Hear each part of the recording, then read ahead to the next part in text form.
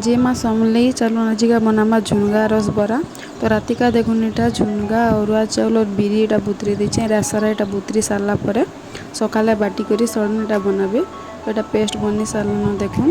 तो झुनगा रस बरा बनाबार लगी नून चीनी टिके आउ सोडा जस्ट टिके देबे।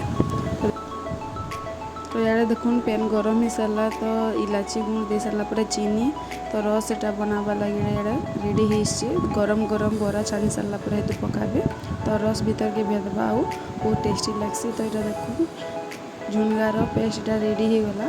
तो इटा डुआरे गोल गोल कर इटा देबे पूरा बहुत भल लगसे टेस्टी पूरा बहुत भल लगुला फास्ट टाइम बनेइथिनु। तो देखुन बरा इटा पूरा ही सारा फुली सारा। तो ये गरम गरम काढ़ी करी रस रे पकाबे। तो ठंडा ही गले रस नहीं भेदे तो गरम करी ही पकाबे बहुत भल लगसे रस भीतर के भेदी पारबा। तो देखुन रेडी हो गला हमर रस बरा।